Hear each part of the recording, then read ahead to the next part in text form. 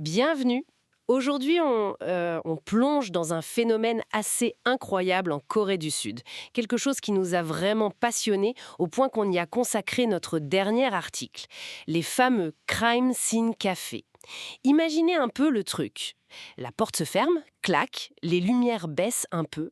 Et là, vous avez, 90 minutes avec vos amis pour résoudre un meurtre. Dans un décor hyper réaliste. Et surtout, prouver que c'est pas vous. C'est ça. On est, euh, on est bien au-delà du Cléodo du dimanche ou même des escape games classiques, hein. Ah oui, clairement. Là, on parle de jeux de rôle immersifs, totalement immersifs. Chaque joueur, il devient un suspect potentiel dans une vraie enquête. C'est une expérience assez intense et qui marche du tonnerre là-bas, hein. Notre enquête pour l'article l'a bien montré. Tout à fait. Et l'origine de tout ça, en fait, ça remonte à une émission de télé-réalité coréenne, Crime Scene. C'était en 2014. Des célébrités devaient résoudre des meurtres fictifs, c'était super populaire. Et donc, il y a un entrepreneur, Monsieur Park, qui a eu cette idée, inspirée par l'émission. Il s'est dit, pourquoi pas en faire un lieu physique? Malin. Et voilà comment est né le premier Crime Scene Café. Il s'appelait Puzzle Factory, à Hondae, un quartier très branché de Séoul. C'était en 2016. Bon, au début, c'était un peu lent à démarrer, hein. Le concept était nouveau, fallait que les gens comprennent. Mais le bouche à oreille a fait son travail et ça a décollé. Et qui sont les principaux clients alors?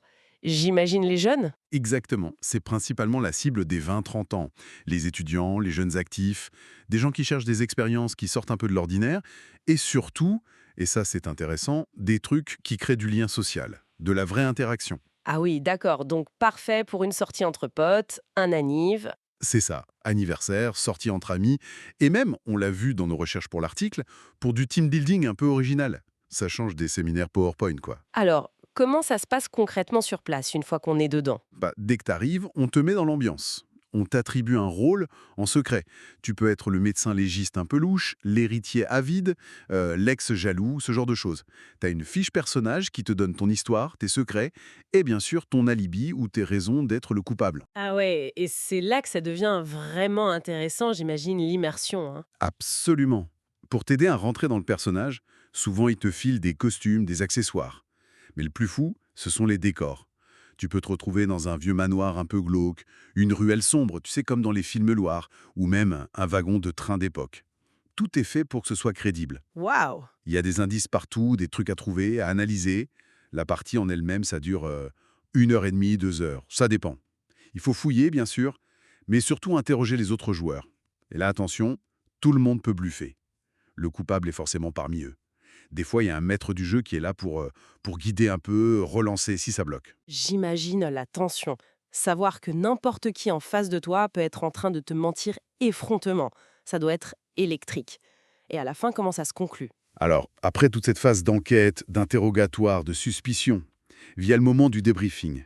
Chacun donne sa théorie, accuse quelqu'un. Ensuite, il y a un vote. Tout le monde vote pour désigner celui ou celle qu'il pense être le coupable. La pression monte. Et puis, la grande révélation. On démasque le vrai meurtrier et on explique toute l'histoire, le pourquoi du comment. C'est fascinant comme mécanique. Et justement, d'après notre article, qu'est-ce qui explique cet engouement? Pourquoi ça marche si bien? Ce qui est fascinant ici, c'est que ça répond à plusieurs besoins très actuels, en fait. D'abord, l'évasion. Le temps d'une soirée, t'es plus toi-même. T'es un personnage dans un K-drama policier interactif. C'est grisant. Ensuite, et c'est crucial, la dimension sociale. Après des années de plus en plus virtuelles, le besoin de se retrouver, de parler en face à face, de collaborer ou de manipuler, hein, c'est énorme.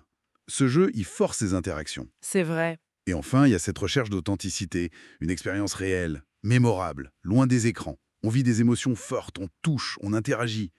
C'est un peu le même ressort d'ailleurs que les soirées Jubensha en Chine, ces jeux de meurtre et mystère qui cartonnent aussi là-bas. Et il y a ce détail qu'on soulignait dans l'article qui n'est pas anodin.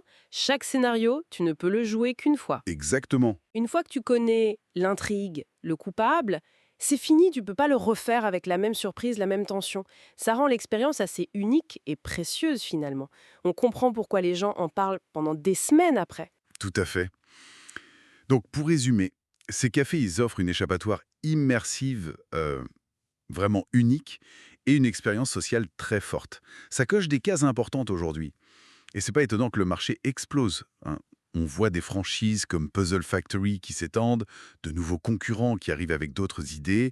Le potentiel en Asie pour ce type de jeu de murder mystery, comme on l'a évoqué dans notre papier, il est considérable. Ça montre bien cet attrait pour le réel, pour le tangible, même ou peut-être surtout dans nos vies hyper connectées. En bref, une tendance de fond en Corée qui mélange super bien le jeu, le théâtre, l'enquête. Une dynamique complexe qu'on a essayé de décortiquer dans notre article. Et ça nous laisse avec une question qui va un peu au-delà du jeu lui-même et qui conclut un peu notre réflexion d'ailleurs. Au fond, cette quête d'expériences toujours plus intense, plus vraie, qu'est-ce que ça révèle sur notre époque? En tout cas, une chose est sûre, l'expérience elle-même, elle doit être sacrément mémorable.